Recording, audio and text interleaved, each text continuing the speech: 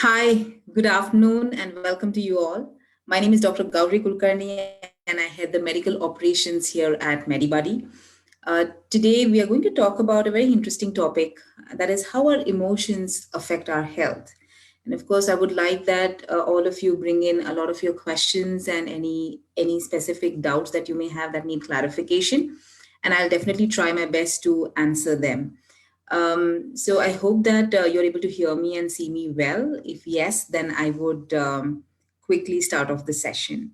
So, we have been talking about this whole time of how the pandemic has come up and how we have been kind of trying to cope with how our physical health, mental health, emotional health have all been kind of affected, right? Things have not been the same, and the fact remains that things might not be ever the same again. We may have to change the way we are, and of course all of this has affected us at many different levels, and hence it's important that we take a step back and see how this might have affected us at many levels, right? Be it physically, be it mentally, emotionally, socially, and so on and so forth, right? So today we are going to talk about specifically about how our emotional health is and how it has been affected during these times, and in general how our emotions play a role in the way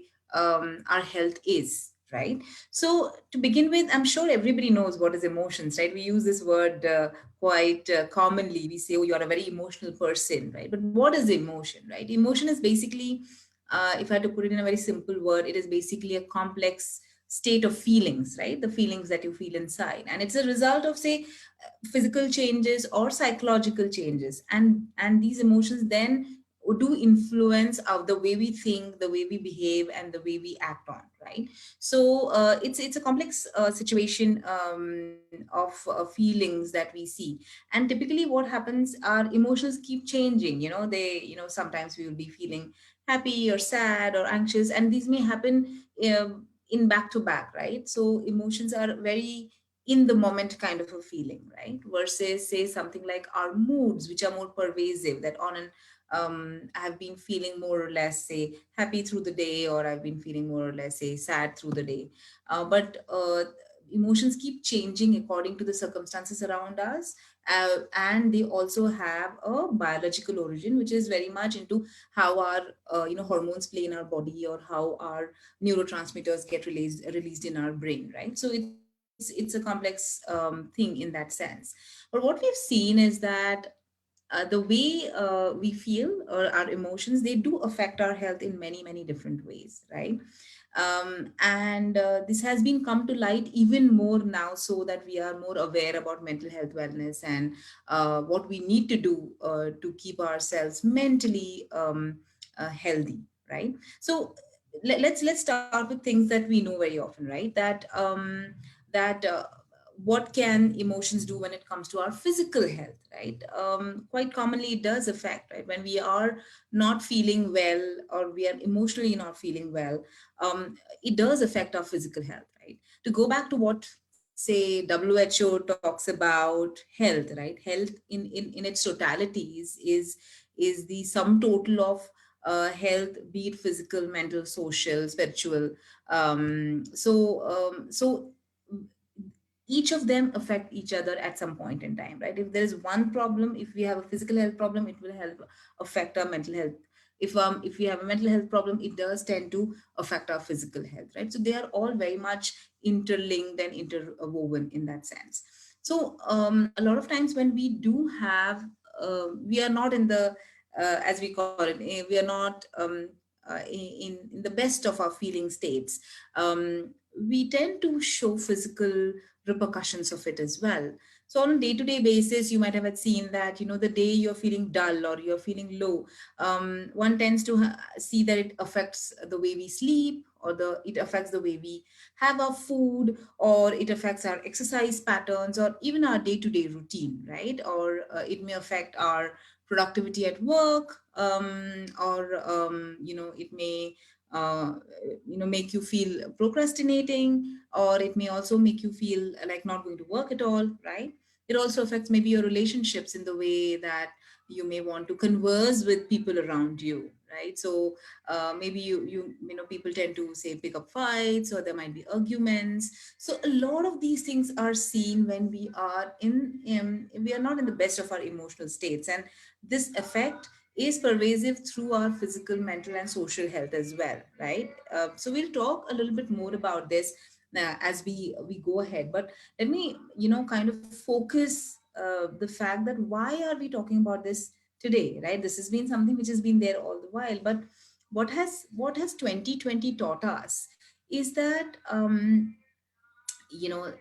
with the COVID-19 pandemic coming in, we have understood that health needs to be prioritized, right? You cannot, you know, health has to be priority number one for all of us, no matter what, right? And there has to be an increased investment in our health, and especially also so much more in our mental health at that, you know, be it at an individual personal level, or at our family level, or even at our community, or at larger, world level. But it is important that we invest, and when I say invest, it doesn't mean just in terms of money, but if we invest time, and invest our expertise, and invest a lot of us ourselves into helping each other to bring more mental health wellness for everyone around us, not only ourselves but everyone around us. So I think it's very, very important that we keep talking about this um, more often than not, right? So that we are tuned to this fact. What we have seen during the pandemic situation, we have seen a lot of emotional upheavals, or mental health issues that have been brought to light, like people who have been having a sense of anxiety, or people have undergone, low moods and depression, people who would have had felt boredom, loneliness, or many times a sense of maybe even a guilt, or possibility that they may not be able to take care of their families in many cases, right? Undue fear, sometimes even anger, because of helplessness, right? So these are a lot of these things have been seen. For example, a lot of people have also, there's a medical condition called as hypochondriasis, which means, feeling that I am having the illness is also increasing, right? And we have seen that this has increased more so in this pandemic time, and has come in the forefront, right? um, and these are the kind of mental health issues that, we have seen because of changes in the way we feel, or our emotions, that a lot of people are going through. From a physical health perspective also, there's a cusp between physical health and mental health as well, right? A lot of times, emotions can lead us to behaviors which may not be the best. For example, use of, say, alcohol, or say use of smoking. These tend to also increase and then affect our health, right? Both at a physical level as well as mental health level. There have been patients who have come in and talked about specific health issues, such as uh, uh, you know uh, not able to sleep well. Now, either it is poor sleep, which could be less amount of sleep, or it could be excessive sleeping, both, with a significant association with tiredness or low energies and just fatigue at that, right? So this has also been something that a lot of people have been showing, and this can be an effect of how we feel, leading to what can happen to our health, right? So it's important that, when something like this is happening, that we be aware of what's going on with us, right? So the first step to any change comes with awareness, I believe, and I think that's extremely important, that um, we kind of take effort to ensure that uh, we are aware of what's happening with us at a feeling level, at a physical level, and take more charge of the situation, right? A lot of us tend to kind of push things under the carpet, or not look at it, right? But I think that doesn't help for a lot of us. So it's important that we um, we take charge of it by being more aware about what's happening around us, right? So I think that is extremely important in terms of being aware, right? The other things I think are important in terms of coping strategies that I will definitely talk or going forward. But let us look at a few things that are affected because from a physical health perspective before we go into coping strategies. Now, emotions. Now, when we spoke of what is emotions, and we spoke about a lot of hormones which play a part, or neurotransmitters in the brain which play a part in this. It's important to know that there has been a clear cut association between chronic emotional upheaval or chronic mental health stresses, which can lead to chronic physical diseases, right? So a lot of us do know about long-term chronic non-communicable diseases. Say if you talk about high blood pressure or hypertension, or you talk about sugar problems or diabetes or heart diseases. There is an entity called as irritable bowel. A lot of these things, which are primarily physical health problems, right? So these are chronic diseases which we see. They have been associated with our emotional upheaval. So it's important that we understand that when we talk of emotions, it's not just about the mental health side, but a lot of it is has a very biological origin because of the changes in hormones and changes in the neurotransmitters and the way they express themselves, leading to physical health problems, right? So these are chronic stresses, emotional upheavals are known to be risk factors for a lot of chronic diseases. A lot of people who suffer from allergies or eczemas are known to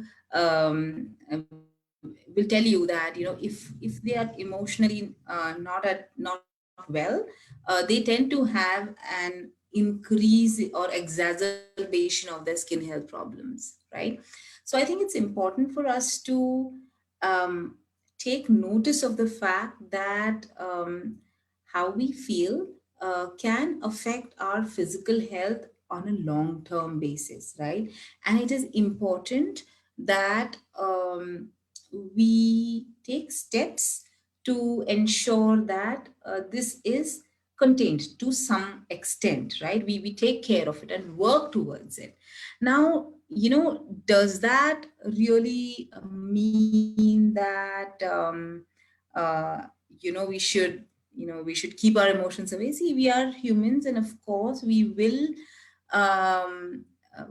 have and we will feel all kinds of emotions, but the important thing is to have an underlying faith, or maybe underlying concept of, say, what we call as an optimistic attitude or a positive thinking attitude, which will help us to kind of tide over any emotional upheaval that we are going through, and help us to reduce our risk that this may have on our physical health or on our mental health, right? So it's important that we understand that. Now, a lot of you might feel that, what do you what is positive thinking, or what is the meaning of being optimistic? It's basically it's a practice. It's something that we would have to inculcate in our day-to-day lives, in our behaviors, in our way of thinking. It's a practice to focus on the good in a situation, right? A lot of times, our emotions play a part when we try to look at the at what is not good, right? And typically we have that tendency of looking at things which are the worst, or we look at the worst possible outcomes. But if we kind of train ourselves or try to learn to focus on the good in a situation, it can definitely have a very high impact on our physical and mental health. I think it's very, very important that we learn to do this, right? Traditionally we are trying to look, we are kind of conditioned to look at things from a fear perspective, or we're conditioned to look at things wherein the worst possible outcome might come out, and then work backwards. But I think it's important that we try and change that and try to look at good in any situation, right? Because that will help us in overall to be much more calmer and much more at peace or content in any situation, and help us to be more focused, right, and more driven during that situation, rather than panicking or rather than having negativity around in that situation, right? So it can have a big impact on our physical and mental health if we start kind of having what I call as an optimistic attitude, or having an approach to positive thinking. Now, does that mean that we should make light of any situation, or we should ignore reality? No, I don't mean that, right? It doesn't mean that, reality is in the face, and I think we should look at it. But I think the simple thing is to um, use positive thinking as a way of approach to the good and bad in life, right? So that, with the starting premise that hopefully things would get better rather than hopefully things would get bad, right? So that kind of expectation, if we start with, most probably we will also work towards it better, rather than getting sucked into, or pressured by that negativity around us. That's something that we can try and do, and invest in, to ensure that our emotions do not affect our health at large, right? So we can try doing that. Okay. Now, some of the, definitely, I mean, it has been known, and I keep telling that to everyone, that there are a lot of benefits of, having this optimistic attitude. Like, if you would have seen that people live much longer when they are more optimistic, and they are more, in general, content. You see that the lifespan is longer. There are lesser risks of chronic diseases, things like heart attacks, or any kind of long-term ailments. People who have such kind of attitude also tend to have a better, they are better at coping with any stressors that come their way. They're more resilient. I think people who have this a positive attitude or optimistic attitude tend to have better immunity. They tend to be able to fight, and they're more resilient, physically as well as mentally. Of course, they have better pain tolerance. They have much more lower blood pressure, so the risk for long-term ailments themselves are very less. So I think it really works from from a physical health perspective. I think from a mental health perspective also, I think it does help, because it helps us to be more clear, more focused, helps us to be, a lot of, we tend to be more creative when we are clear and focused, right? So creativity increases, better problem solving can happen naturally when you're having all of these. The chance of having, say, a depressive mood, or say feeling anxious, is lesser, right? Naturally, because you are more focused, and more clearer in the thoughts, right? So I think it's important that we kind of inculcate this um, as a way of life. Now, it's very easy for me to talk about it in a 1 hour discussion, but it is something that we need to make a way, make a practice day in and day out, and then, make it a part of our DNA. If we can do that, you will see that. Your health overall is better, right? Be it physical, mental health, or so on and so forth. So I think it's important that you try to bring in an optimistic attitude or a positive thinking attitude to reduce the risk of what emotions can play on your health, right? Now, you know the reason also why I say this is because a lot of times the way we think um, always has what we call as a bad filter, right? We look at the bad in a situation instead of looking at the good in a situation. So, it's important that we are aware that such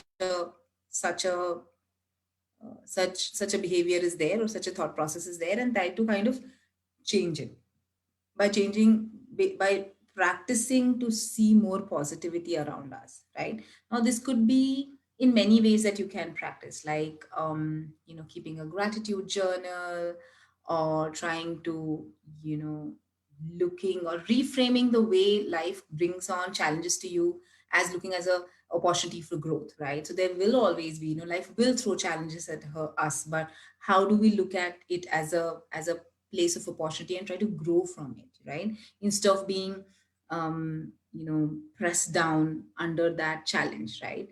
So, and I think that that helps, if we try to, kind of remove that bad filter, as I say. I think that's a good thing that we can do over a period of time. Okay. I think it also is very helpful if we are, if we bring in certain techniques, right? if you see that there is an emotional upheaval happening, I think at a physical level we can do a lot of things to reduce that, or reduce the effect of that on our health, right? So say for example, learning breathing techniques, being very cautious and mindful about our breathing, looking at the positive in that situation, right? Trying to relax at that point in time, doing a very mindful visualization, or what we call as the imagery technique, to look at something which will calm us down, right? In our mind, right? So that is something that we can do. I think also it's very important sometimes to just smile through the emotion as well, because sometimes when we push it into us that we would want to feel better, we actually start doing it at some point in time, right? So be it bringing that smile on your face or making someone else smile, right? I think that really brings in a lot of change when it comes to how we can deal with our own emotions, right? Now, as I was mentioning, right, that emotional health does affect our physical being. So it's important that we not neglect our physical health. Okay. So, yeah, a lot of times our lifestyle, be it our stressors or our sedentary lifestyle, has shown to have an effect on our chronic disease expression early on in our life, right? So and that has been the reason for that has been also the kind of emotions that we are showing these days, the amount of stressors that people are going through these days, and it has kind of made it even difficult for people and leading to many more people having physical health ailments, right? So though on one side it is about taking care of your emotions and taking, trying to have a positive attitude and thinking and working towards that, the other side is also that you be very mindful about your physical health in that sense, right? So this might affect or be a risk factor for your chronic diseases, but do not neglect it by not doing, say, by not attending to your own body, right? Which means that it's a good idea that you get your health checks done, meet a doctor regularly or speak to a doctor on phone regularly, so that you are sure that physically you're well, right?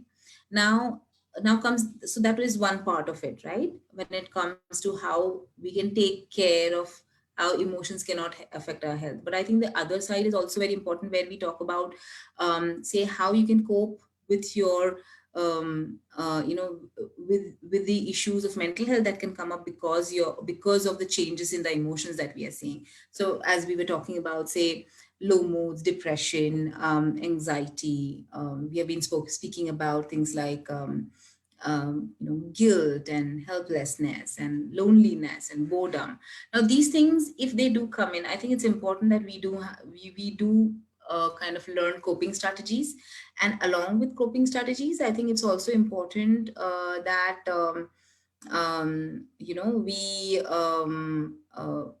we seek help, right? Now, when I talk about, say, um, coping strategies as well, so I think it's important that we think of what we can do in a particular situation, right? So I think it's, when there is any kind of a situation which is emotionally triggering for many of us, I think it's important for us to first uh, attend to it and be aware about it, right? As opposed to trying to just keep it away. I think because it is not going to go away. If you're going to feel something, then it is very much inside you. So I think let it come to you, but look at it in a very scientific way, right? Be very objective about where it is coming from, right? So once you do that, it's important that then you try and figure out what you need to do about that particular emotion that is happening, right? So on one hand, let it come to you, you dissect it, but at the same time, don't make it as your own, right? Try to think of something which is calm and serene, or try to as I was talking about mental imagery of thinking of something that is really calming for you is a very good idea, right?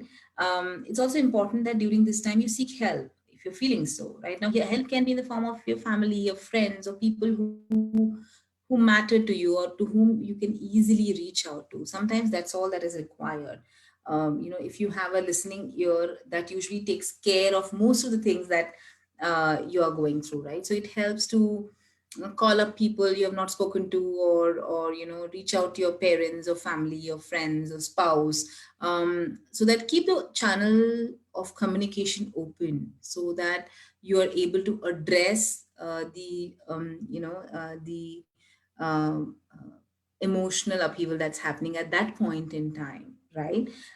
So reach out and seek help that way. If you're not having anybody that you think you can reach out to, or you say sometimes you want it to be so private for yourself, I think there is no harm in reaching out and asking for help from a professional. When I say professional, it means a mental health professional, like a counselor or a therapist with whom you can talk to, or connect with and understand, and they can help you to, one is to listen to you, reflect on what your thoughts are and what your feelings are, and then give you some kind of coping strategies that might be helpful to tide over that situation, right? Now, these are some of the things that you can do, right? But I think it's very, very important that we also understand what we should not do. A lot of times when we do have, uh, as I was mentioning before as well, a lot of times when we are in a emotionally upheaval state, right, a lot of us tend to go to things to seek solace, which may not be good for health, right? Which means a lot of people tend to, may tend to, use tobacco, may tend to use alcohol, or any other recreational drugs, because it may seem that those will help them in um, calming them down or making them feel better. However, the fact remains that the use of alcohol or tobacco or any kind of recreational drugs do not do so. They do not, um, help in coping emotions, or any kind of symptoms that way. They only worsen your physical health, they worsen your mental health, they reduce your immunity. So it's important that you mm, try and not use these techniques if you're feeling so, but rather keep away from them, and seek help from a mental health professional. Now, there might be times when when this is becoming to a place where it is like a mental health disorder, maybe where there is, say, diagnosed depression or an anxiety or any other kind of a problem, then I think it's important that we seek help from a doctor, right? So psychiatrists are usually, mental health professionals who understand the biological nature of a lot of mental health issues, and then they can prescribe, if required, the right kind of medications to help you to tide over the problem. Okay. Now, a lot of people feel that, oh, if I go to a psychiatrist, they're going to put me on certain medicines, and then I will be labeled. And there's a lot of stigma around it. But let me tell you this, this is as normal as any other ailment, right? Our brain is a part of us. So just like you may have, say, a fever which needs treatment, or you may have, say, a fracture which needs to be fixed. If there are any mental health issues which are even coming out of because of emotional upheaval, it's important that you seek the help from the right person. And especially if there are medications required, then you should reach out to a psychiatrist who will help you in diagnosing correctly and then treating you correctly. So do not feel that going to a psychiatrist is going to get you labeled. It is not so. Please be open about this. If you have friends or family who are undergoing mental health issues, be open about discussing this, and seeking the right kind of help for them as well, because I think it's very, very important, right? Now, so recognize that, and seek the help from the right professional. Okay. Now, if you are somebody who is, sometimes what happens is, people may not tell that I'm feeling so and so, right? But we may observe changes in our near and dear ones or loved ones, right? This happens, that you may see that somebody's say behavior has changed, or someone is eating patterns or food eating patterns have changed, or somebody's sleep patterns have changed, or there might be, say, a worsening of a health problem. For example, somebody is already suffering from say tummy issues, or somebody is suffering from, say, eczema, and there is worsening of skin problem, or somebody is already having, say, blood pressures, but they are now fluctuating, right? Any worsening of any health problem, or if you're seeing that there is a change in the pattern of behavior, right? Behavior could be in terms of how they interact with other people, or it could be things like, change in, say, increase in use of tobacco or alcohol or any other thing. I think it's important that you recognize this as a person who needs help. It is possible, and be very gentle when you are discussing this with your loved one, because it is not something that anybody wishes to talk about very openly, right? So I think it's important that we observe if there are any such changes happening, and then go back and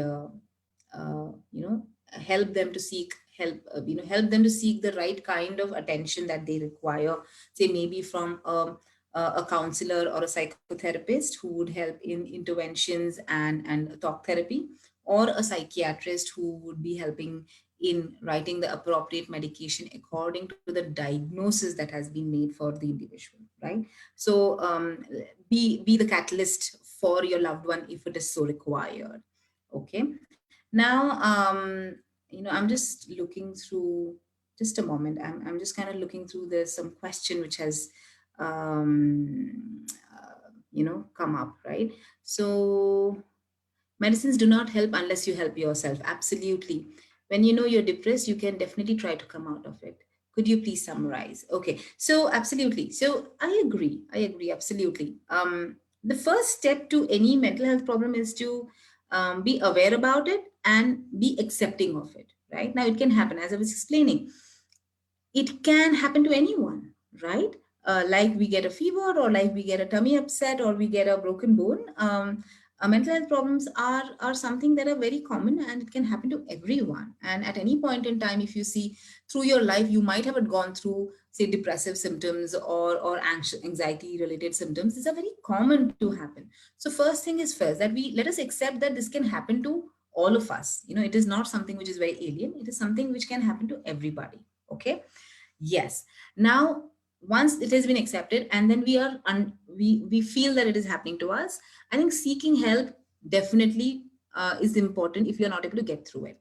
Now, a few of the coping strategies, that keeping yourself occupied, trying to get your mind involved in activities of pleasure, things which you like, maybe they are hobbies, or they are something. They are things which or being with people who you like to be with. These are a few of the things that a person can do to keep and try and fight from the feeling low. However, it is not something that it is brought upon, right? This is because this is it's a biopsychosocial disease, right? There is a biological element to it, right? For example, depression has been linked with changes in the neurotransmitter levels of serotonin and dopamine in your brain. Like, this happens. This is something which has been scientifically proven. So, if now there are ways in which you can increase this, right? For example, like if you are doing an activity which you like, you are going for a run, you're doing, you're spending time with people you love, naturally the serotonin and dopamine levels increase in your body. It is something that happens, right? However, if that is not happening, or the level of depression is severe, there may be a need of moderate to severe, maybe a need for looking out for help. Now, help can be in two ways, as I was explaining, right? Talking to a counselor or going through therapeutic techniques with the psychotherapist will help in the long run to be able to cope with the situation that one is going through. Okay. Medications come into play when there is moderate to severe depression, where the person is not able to even get through the therapy session, right? And these medicines are basically helping to increase the those neurotransmitter levels in your brain, to help you to be able to even attend to a therapy session if that is so required, right? So yes, The first step is that we try to be aware that something like this is happening to us. We try and seek help if that is required, try techniques on our own self, and then try seek out help in the form of, say, therapy or medications according to the diagnosis made or the severity of the illness that is there, right? So it's of course one needs to help themselves. I think it's absolutely important that we help ourselves, but sometimes it may not be easy. A lot of people do not find it easy to be in a situation where they can help themselves, and that's the reason why we talk about uh, the right thing is to seek help if that is required. All right. Somebody has a question that, can you please summarize? So, we have been talking about emotions and how they affect our health, right? And so to emotions are basically feelings that we go through. They keep changing, right? Like, one split second I might be feeling happy, and then I see a news, and which is very provoking. It might make me feel angry, or it might make me feel sad, or it might make me feel excited. We don't know. So these emotions keep changing according to the situations outside, and it also then reflects into our behavior, our thoughts, and our actions as well, right? Now, it is known that these emotions can affect our physical health. It is known that they can affect our mental health, right? And also, emotions kind of picture the way our thinking process is, right? Um, uh, if we are pervasively in a certain set of emotions, then it leads to a certain kind of mood that we are in. So, for example, we have been talking about depression. So if you've been pervasively in an emotional state of feeling low or helpless or guilt or any of these, then you tend to have a pervasive mood of being low or sad or depressed, as we say, right? And that can then affect your body. It can affect your mind, right? So people who are, say, people would show changes in their sleep patterns. People can show changes in their eating patterns. So, for example, some people sleep a lot, some people do not get sleep at all. Some people get into excessive eating, some people get into loss of appetite or not wanting to eat. A lot of people get into procrastination. From a work perspective, there might be absenteeism or lower productivity at work. So these are the few things that can happen. A lot of people might get into being argumentative, or not able to concentrate at work, or feel very distracted. These are the things that can happen. From a mental health perspective, of course, it can, there are a lot of these mental health issues that can come up, right, when we are talking about anxiety and depression and so on and so forth. Feeling lonely, bored, feeling guilty at times as well, or helpless. So these are the things that can also happen. It's important to know that chronic moods of a certain degree can also lead to um, affecting our body in terms of the chronic diseases that we can have. So, for example, heart disease, or say diabetes or high blood pressure. It can be there as well. People who have a lot of emotional up and downs tend to have something called as irritable bowel syndrome. A lot of this has been associated with eczema or skin allergy conditions as well. So a lot of there is a connection between how we feel to the way it expresses in our body, be it at a physical level or at a mental health level. So it's important that we are um, we understand this and then work around it, right? There was a question which says, does a behavior change happen post COVID? Feel like being alone, not interacting with people on phone. Um, I'm so sorry, and it's one thing I would want to say is congratulations, you've been able to fight through COVID, and you are a warrior. So I think you should say, pat your back, and tell yourself that you have done a great job, right? However, yes, a lot of people who it has been known that post COVID, a lot of people go through something called as chronic fatigue syndrome, or even a sense of, post recovery. What happens? A lot of people have been known to feel low, tired, and even a sense of guilt because they got this illness, and there's a high likelihood that they might be a reason for maybe the family to get anxious about it, or they might have affected the way the family or friends or near and dear ones or loved ones, they may have it gotten affected, or even just that they are mentally they were stressed because of this person getting COVID. So that all brings in a sense of um, guilt, and sometimes feeling helpless as well, and that can lead to low moods in a lot of people post COVID. I understand that you don't feel like interacting with people and you want to stay alone. But this is just a passing phase. I think it's important that you reach out and seek help. Talk to people who matter the most for you, your near and dear ones. Be with people around you, or, who matter the most. If you think that you would not want to talk to people, and sometimes that's a personal choice that we make, I think it's important that you talk to a counselor or a therapist who would be able to at least listen to you and try to bring in some coping strategies so that you are able to get out of this low feeling which has come, right? However, this won't last for long. It's important that you keep yourself engaged. It's important that you keep yourself occupied, be it if you are at work, or be it something which makes you feel happy, and keep yourself at it, and over a period of time you will be able to get out of this feeling that you have. But yes, seek help and reach out to your near and dear ones. I hope that you feel well very, very soon. All right. If you feel, you can always, many a times what we feel is that I do not want to reach out to somebody face to face, and if that is the case, then I think it's all right for you to reach out to someone over a phone call, or a video consult or something like that, so that you feel you are at ease when you're talking to someone, right? So it could be just a phone call, but I think you should seek help, because of the way you're feeling. But this will go away, right? Most people who have shown chronic fatigue syndrome tend to kind of get better over a period of time. All right. So hope that answers your question. Okay.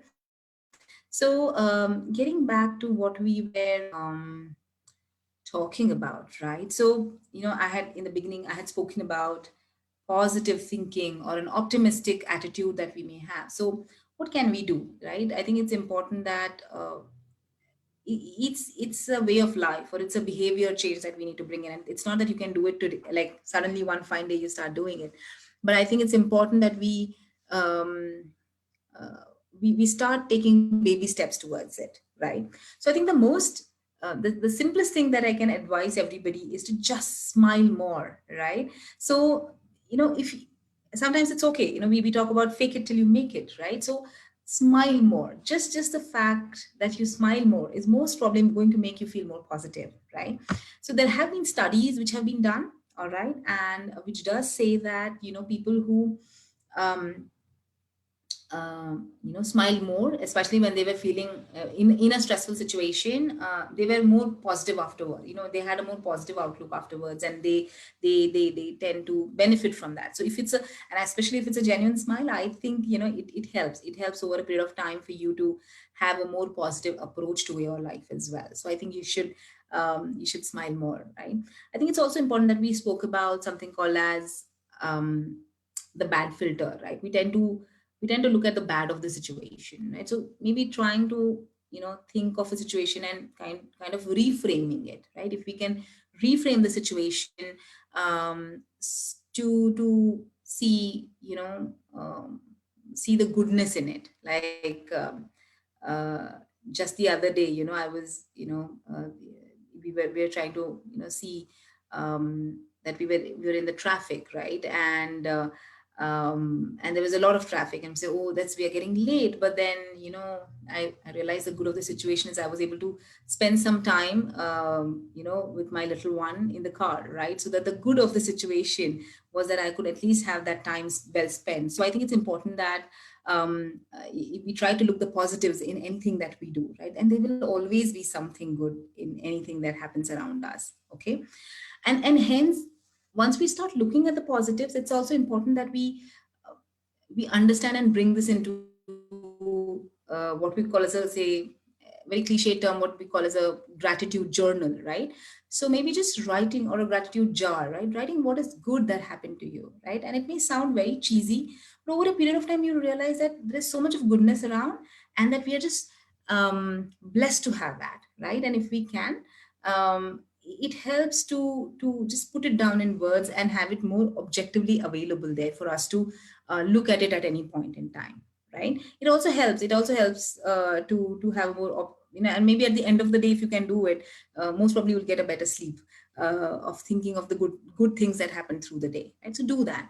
I think it's also important about what I spoke about, imagery, right? So thinking about something which is calming, or something which you aspire to be at some time as well, or what's your best possible future image of yourself, or where you want to be. I think that also helps in many ways to kind of have that, practicing that positivity, or a positive thought, or an attitude around you. So that is something that you can try and pen down, maybe, right?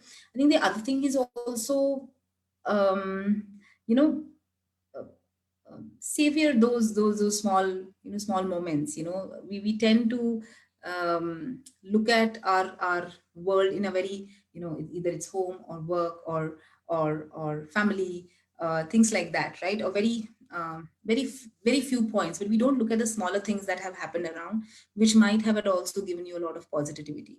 So it's important that, be more observant of the smaller things that happen around you, and the smaller goods that happen around you, and journal it. Maybe that will help in understanding and becoming more better, or a better version of ourselves, right?